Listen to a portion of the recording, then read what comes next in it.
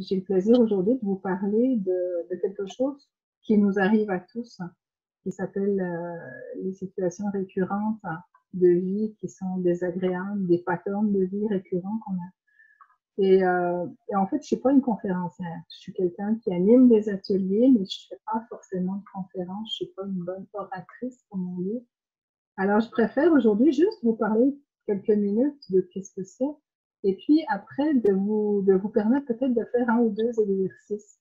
Ce sera pas l'exercice complet, évidemment, parce qu'on peut pas en quelques minutes aller jusqu'au fin fond de l'origine de la cause de la situation récurrente. Mais au moins, je peux vous guider un petit peu que, et éventuellement, l'exercice, vous pourrez le faire ensuite à la maison, par vous-même, éventuellement, même ou avec quelqu'un d'autre. Est-ce que tout le monde est... c'est pour ça que j'aurais aimé voir les visages de tout le monde, parce que juste de faire ça ou ça, moi, ça me permet d'avoir des réponses. Est-ce que tout le monde est à l'aise avec le principe des croyances limitantes? OK, Catherine, Corinne, c'est beau, tout le monde est au courant. OK.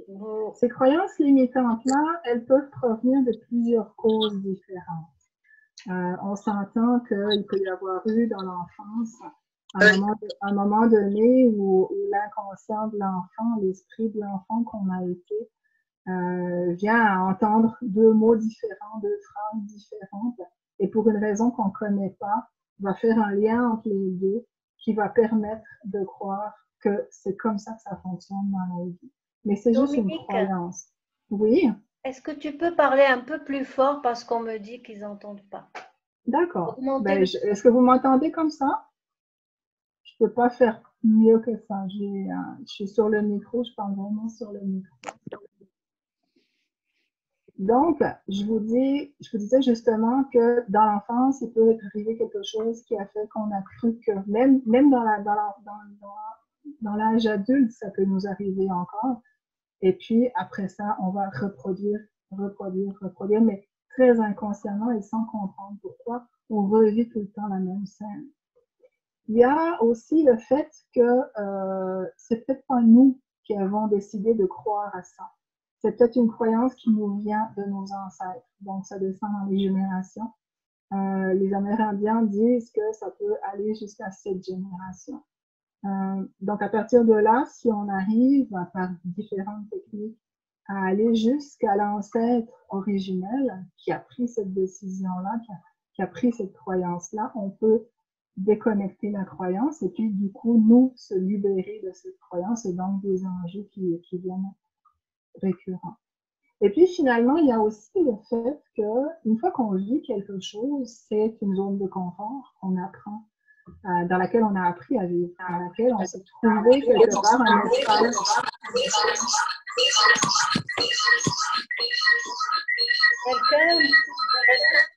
Ou en fait, tu peux mettre muet, ouais, voilà. Oui, j'ai mis. Voilà. Donc, c'est un espace, une zone de confort qu'on s'est créée, mais qui n'est pas confortable parce que cette situation récurrente qui se répète tout le temps nous amène à vivre des moments désagréables et on ne comprend pas pourquoi.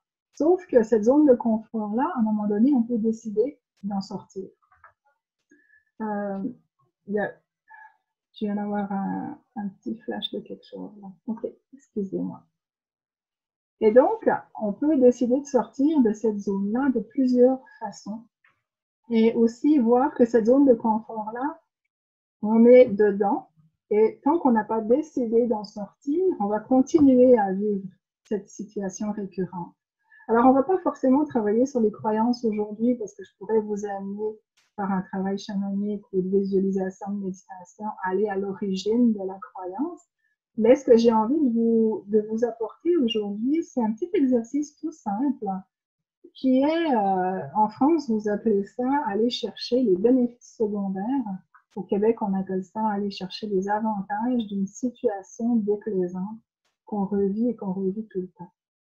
Alors, j'aurais envie de juste vous inviter à fermer les yeux et puis simplement à être connecté à quelque chose qui vous dérange et qui est récurrent dans votre vie, où vraiment vous êtes, au Québec on dit vous êtes tanné, vous en avez assez de revivre cette situation-là. Ça n'a pas besoin d'être quelque chose de grave, mais ça peut être quelque chose qui vous dérange en permanence, régulièrement. Alors, simplement prendre quelques bonnes grandes respirations profondes et aller vous connecter à cette situation. Observez à l'intérieur de votre corps physique où est-ce que vous ressentez un sentiment, une sensation qui correspond à la situation récurrente que vous vivez, à l'émotion que ça vous fait vivre.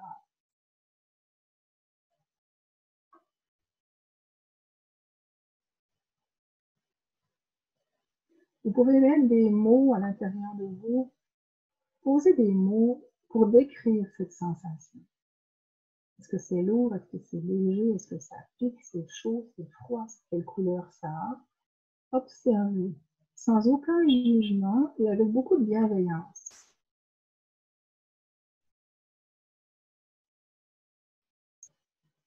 Juste observer, ressentir. C'est ça qui est important.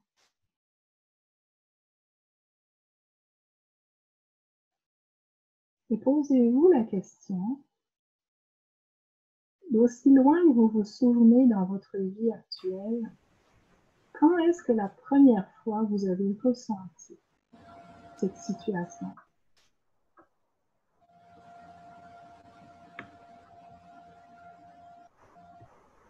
C'est une situation qui vous gêne, qui vous dérange, qui peut peut-être même éventuellement être carrément souffrante.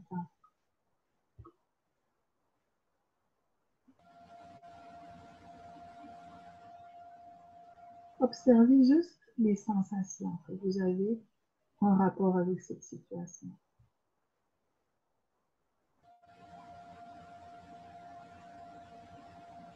Demandez à votre âme, à votre cœur, à votre esprit, à vos guides, quand est-ce que ça s'est produit pour la première fois?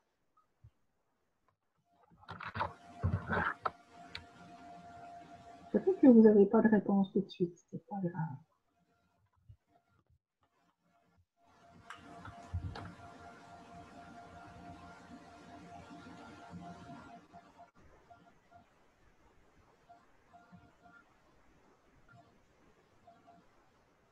Et l'étape suivante à laquelle je vais vous inviter, c'est de vous poser la question, est-ce que je suis bien dans cette situation ou pas?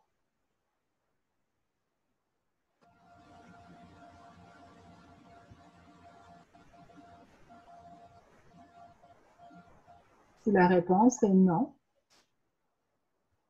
vous allez à la troisième question.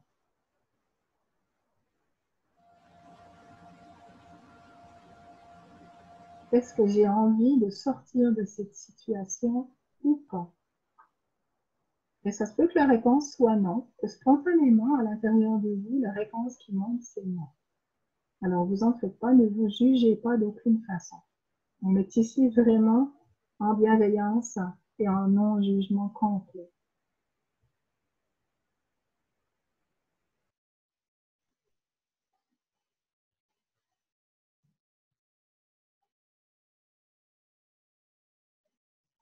Est-ce que je veux sortir de cette situation ou pas?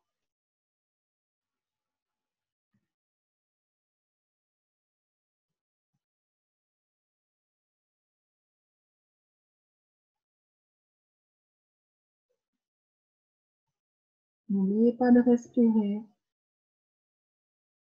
de simplement rester connecté à votre cœur, à ce qui se passe à l'intérieur de vous.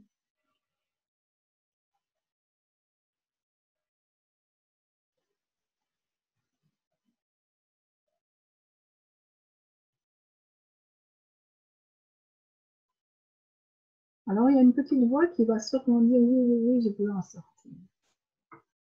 Mais éventuellement, il y a une autre petite voix qui dit non, non, non, j'ai trop peur d'en sortir.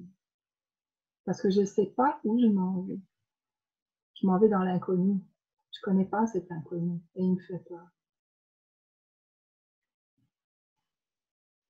Je trouve que cet inconnu en question, il vous permettrait de vous libérer de cette situation.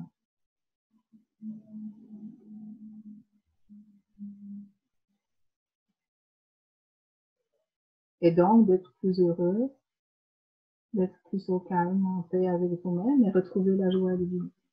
Et puis surtout ne plus revivre ce genre de situation désagréable.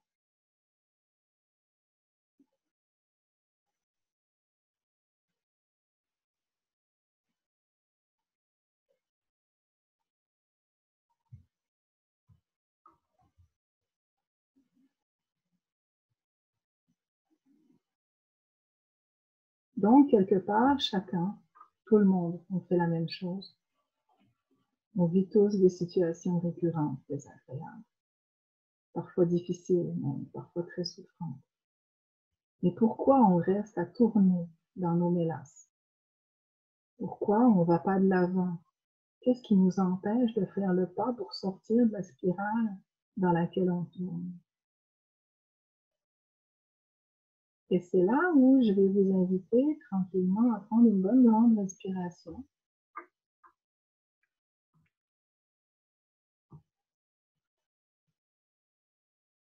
Et à revenir tout doucement ici, à rouvrir les yeux. Et si vous avez un papier et un crayon, c'est là que vous allez déposer sur votre papier les avantages que vous avez, les bénéfices secondaires que vous avez, à première vue en tout cas, à rester dans cette zone de confort inconfortable. Qu'est-ce qui fait que, plutôt que de sortir de cette zone-là, qui est difficile, inconsciemment, vous restez dans la situation qui est inconfortable? Alors, trouver un avantage ou un bénéfice secondaire, ça peut être dit, mais j'en trouve aucun, j'ai aucun avantage à rester là-dedans. Évidemment, à première vue, il n'y a aucun avantage. Mais en fait, c'est l'avantage, comme je dirais, un petit peu dans l'autre sens du bon sens, c'est que, mettons, je reste dans telle situation, parce que comme ça, par exemple, je dis, je sais pas moi, mon mari va mieux m'aimer parce que je continue à être dans cette situation-là. Ou je sens que j'ai de l'attention. Ou en tout cas, ce sont des avantages qui, au première vue, on s'en rend pas compte. Alors, je vous laisse juste 1 ou 2 minutes pour réfléchir, ne serait-ce qu'à un bénéfice secondaire que vous auriez, que vous avez, à rester dans cette situation, mais auquel vous vous attendez pas, ou à laquelle vous pensez même pas.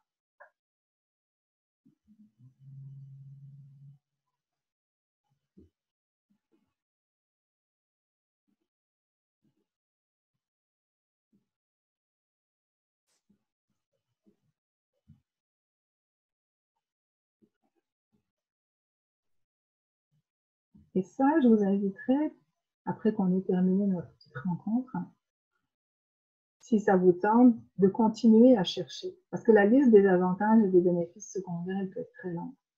Et c'est en faisant cette liste-là que vous allez voir éventuellement 1 ou 2 points ou 3 qui vont vous sauter à la figure et qui vont faire vraiment « Waouh, je voyais vraiment pas que j'étais là-dedans. Et j'ai vraiment pas raison de rester là-dedans. » Et c'est là que vous allez pouvoir déclencher la sortie de ce pattern-là, la sortie de ces croyances-là. Et que vous allez, par différents autres exercices, peut-être même en thérapie avec quelqu'un, vous permettre d'aller à la cause originelle de ce pattern que vous revivez tout le temps et qui vous empêche d'être heureuse.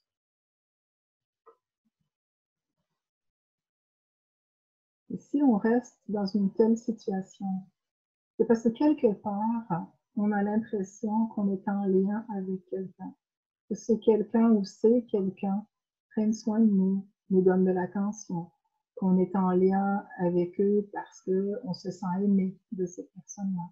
Que si on sort de notre zone de confort désagréable, on va peut-être les perdre.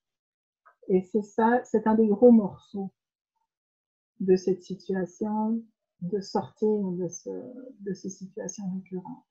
Alors qu'en fait, on ne perd pas du tout l'amour de personne. Au contraire, on va s'offrir à soi-même encore plus d'amour, qui fait qu'on va le rayonner et on va attirer encore plus de belles personnes autour de nous.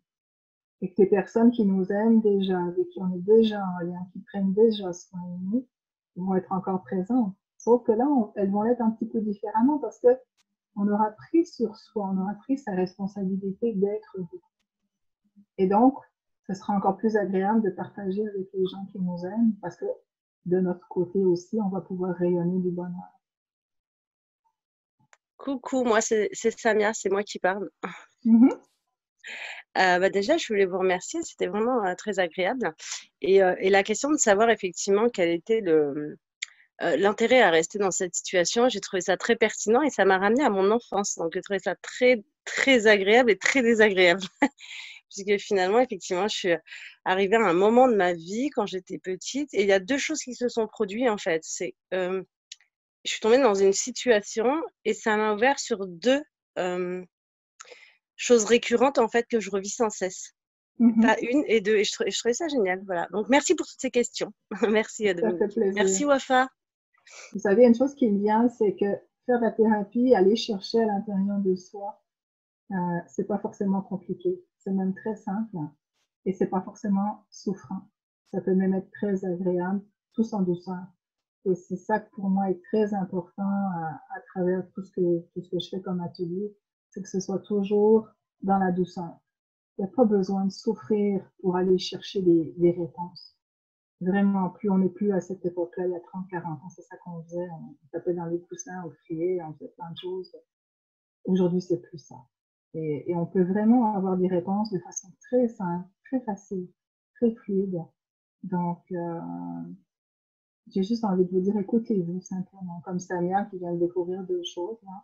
C'est pas compliqué. Et ça peut être très doux.